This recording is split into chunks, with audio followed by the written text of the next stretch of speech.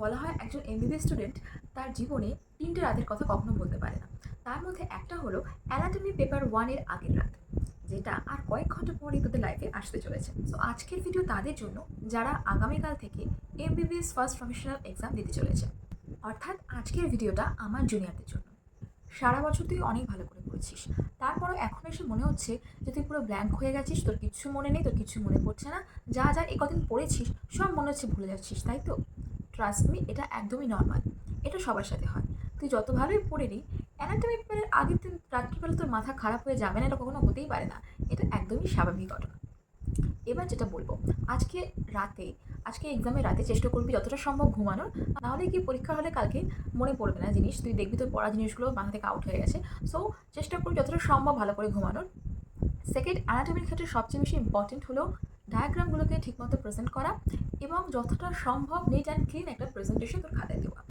Paper presentation ঠিক কীরকম হওয়া উচিত, ঠিকভাবে কীভাবে লেখা উচিত, এই নিয়ে তোরা আশা করি সবাই জানিস, এখন নতুন করে কিছু বলবো না। বাট এটাই বলবো, যতটা সম্ভব টু দি পয়েন্টে অ্যান্সার দিবি এবং ডায়াগ্রাম মাস্ট।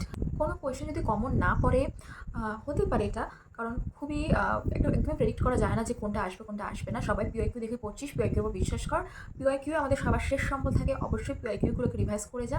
এবং কোনো জিনিস যদি দেখিস কমন পড়েনি, সেক্ষেত্রে চেষ্টা করবি যে অ্যাটলিস্ট কিছু লিখে আসার। অবশ্যই কিছু ছেড়ে আসবি না, কিছু লিখে আসার চেষ্টা করবি। এই কিছু ছেড়ে আসবি না কথাটা তুই আশা করছি লাস্ট 1 মাসের মধ্যে প্রচুর শুনেছিস, তো আমিও আরেকবার বলছি, কোনো কোয়েশ্চেন ছেড়ে আসবি না। এবং অবশ্যই অ্যানাটমির ক্ষেত্রে ডায়াগ্রাম কিন্তু ভীষণভাবে ইম্পর্টেন্ট। প্রত্যেকটা ছবিতে একটা নিট অ্যান্ড ক্লিন ডায়াগ্রাম দেওয়ার চেষ্টা করবি, টু দি পয়েন্ট অ্যান্সার দিবি। একদমই গল্প লিখতে যাবি না, কারণ এক্সামিনার গল্প করেন না।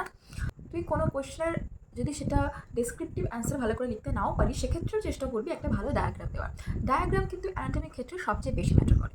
এবার আসি ফিজিওলজিতে।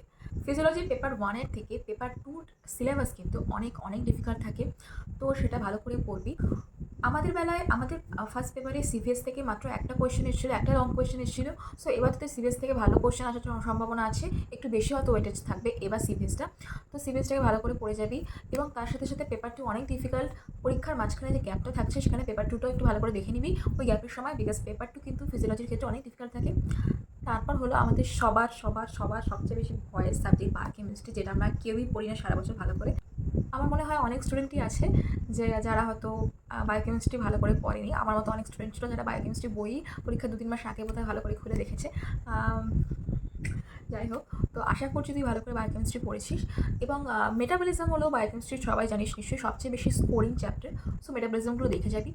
আর বায়োকেমিস্ট্রির শেষের দিকে যে চ্যাপ্টারগুলো রয়েছে, তুই হয়তো এগুলোকে অত মেটাবলিজম পড়তে গিয়ে হয়তো ওই চ্যাপ্টারগুলোর পেছনে তুই বেশি টাইম ইনভেস্ট করিসনি, কিন্তু বায়োকেমিস্ট্রির যেটা পেপার 2 থাকে, পেপার 2 সিলেবাস কিন্তু তোকে অ্যাকচুয়ালি পেপার 2টা তোকে বাঁচাবে, ঠিক আছে? কারণ পেপার 1-এ মেটাবলিজম থেকে যা কিছু কোয়েশ্চেন আসতে পারে।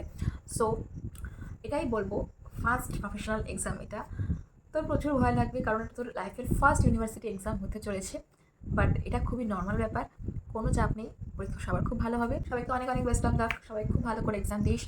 এই ফার্স্ট প্রফেশনাল এক্সামের যে এক্সপিরিয়েন্স, এটা খুবই খুবই খুবই মানে স্পেশাল, ঠিক আছে? পরীক্ষাটা যখন শেষ হবে, পরীক্ষা শেষ হওয়ার পরে যে আনন্দটা হবে, মানে ফার্স্ট এবার সেকেন্ড ইয়ারে উঠে যাচ্ছিস, অনেক বেশি ফ্রিলি কলেজ লাইফ এনজয় করতে পারবি। সো সেই সব কিছুর জন্যই আগাম শুভেচ্ছা। তুই যখন নিজে ফার্স্ট ইয়ারে ছিলি, তখন তুই যেরকম সিনিয়র চাইতিস, অবশ্যই চেষ্টা করবি সেরকম একজন সিনিয়র হওয়ার।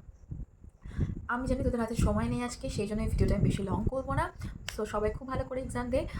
প্রেজেন্টেশনটা কিন্তু ভীষণ ভীষণ ম্যাটার করে, তোর কতটা নলেজ আছে, তুই কতটা জানিস, তার থেকে বেশি প্রেজেন্টেশন ম্যাটার করে। নিজের প্রেজেন্টেশনটাকে প্রপার রাখার চেষ্টা করবি। হাতের লেখা আমার নিজেরও পার্সোনালি খুবই খারাপ, আমি খুব স্ট্রাগল করি এক্সামে আমার অ্যান্সারটাকে প্রেজেন্টেবল বানানোর জন্য।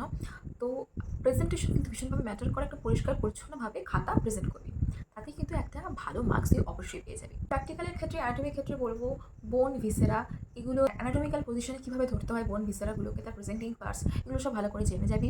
তার সাথে সাথে হিস্টোলজি তো আছেই, ভালো করে দেখে যাবি, যেগুলো তোদের কলেজে প্র্যাকটিসের সময় তোরা ল্যাবে করছিস, সেগুলো ভালো করে দেখে যাবি।